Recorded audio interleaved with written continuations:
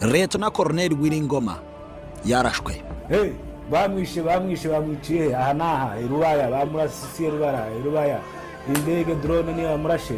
Yari umuntu w'ingwanyi kubera yuko yabaye muri FARDC, yabaye muri M23 ya 2011-12 kugera iyi saha n'ubundi M23 wongera kugaruka. Ni umuntu ari imirimbanye ku buryo bukomeye kandi uzi kuganiriza abasirikare, isibye n'abasirikare zo kuganiriza abanyamakuru ndetse n'abanyepolitike. Uwo nguwo niwe nshaka kufata wese ya 12 kwa Kavaringa bacanganyikiwe.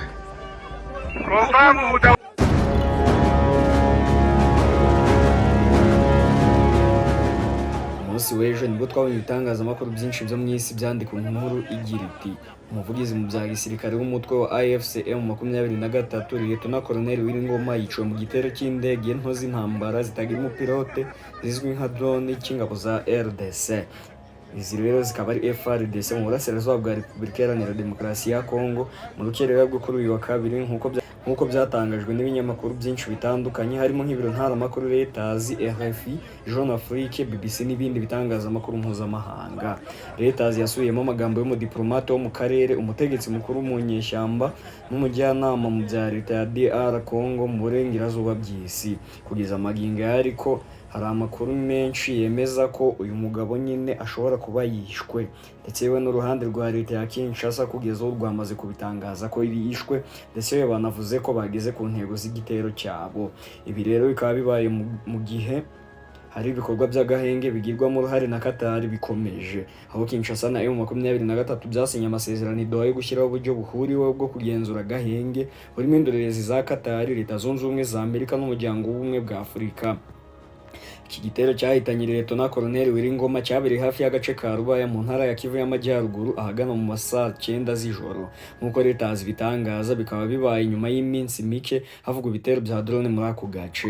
M23 ikabishinja igisirikare cya FARDC na cyane ko nayo yamaze no kubyemera. Amakuru avuga ko Leta Colonel Willy Ngoma yari yaraye mu nzu iri mu Gikuyu ahorerwa inka nyine cyo kwa Gasuku hafi muri Rubaya. Agace rero karimo ikirombe cy'amabuye y'agaciro cya Rwanda gicukurwamo hafi 15% bya koruta yose kenerwa ku isi hose.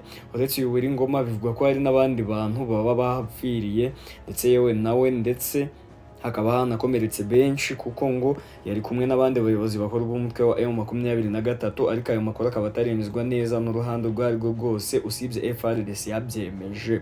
Urupfu rero rugiye gusa n'urwahitanye Leta Colonel Castro wari ushinzwe ubutasi muri M23 nayo warasiwe hafi ya Kichanga tariki ya 17 Mutarama muri 2024 ubwo yari kumwe na Colonel Bahati, guverineri wa Kivu ya ruguru, ariko wararukuka. Nibyo nyine uyu Leta Colonel Willy Ngoma yamaze kwitaba Imana kuko nyine yarashwe, byanditswe n'ibitangazamakuru byinshi. Ariko se nyine yarinde yari mu ntoki niki mu by'ukuri uyu mutwe wa M23 hombye kugeza ubu?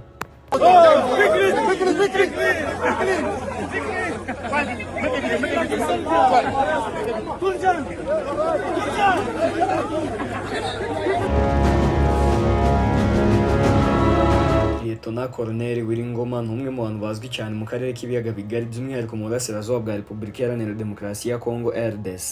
Uyu musirikare ni umuvugizi w'umutwe wa M23 ku rwego rwa gisirikare, umutwe w'inyeshyamba umaze igihe kinini uhagaze nk'umwe mu mitwe yitwaje intwaro ifite imbaraga zidasanzwe muri Kivu y'Amajyaruguru. Muri iyi nkuru rero tugiye kugaruka ku mateka ye, uko yinjiye mu gisirikare, uko yageze ku mwanya afite muri M23 ndetse n'ingaruka ibihano mpuzamahanga byamugizeho kugeza yishwe.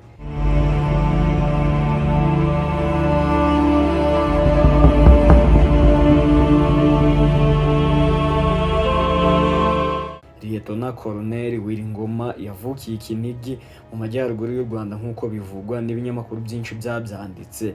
Mu mwaka w'1974 yavukiye mu muryango w'abana 7, akaba yari umwana wa gatatu.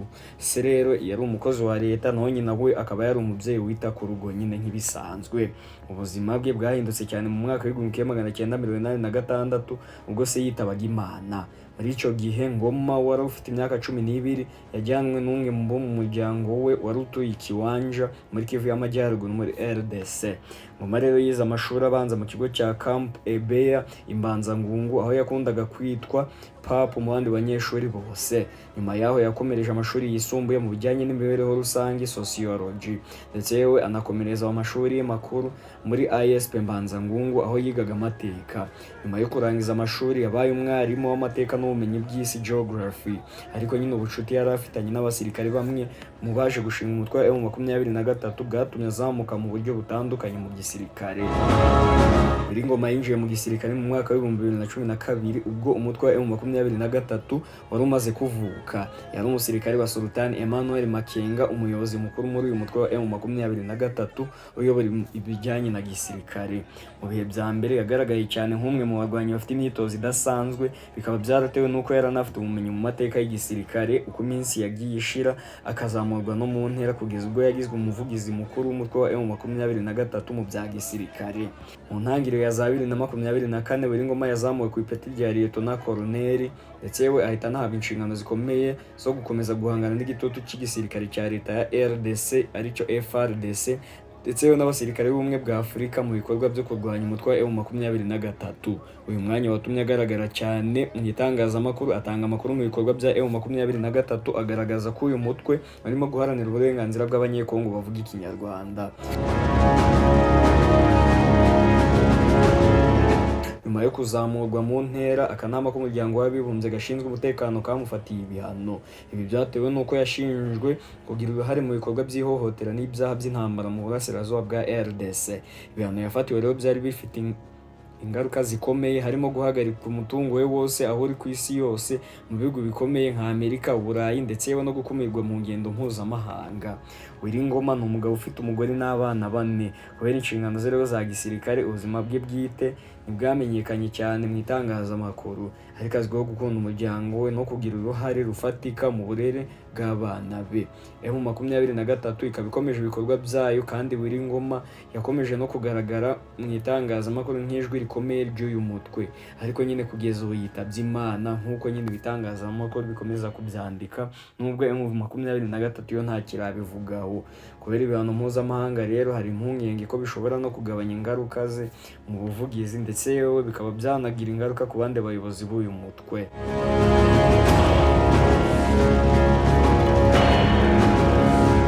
Nuko nsoje rero, nkunda uburyo mukomeza kudushyigikira mu biganiro byacu. Icyo nzi neza nuko utazigera wicuza kuba warakoze subscribe hano.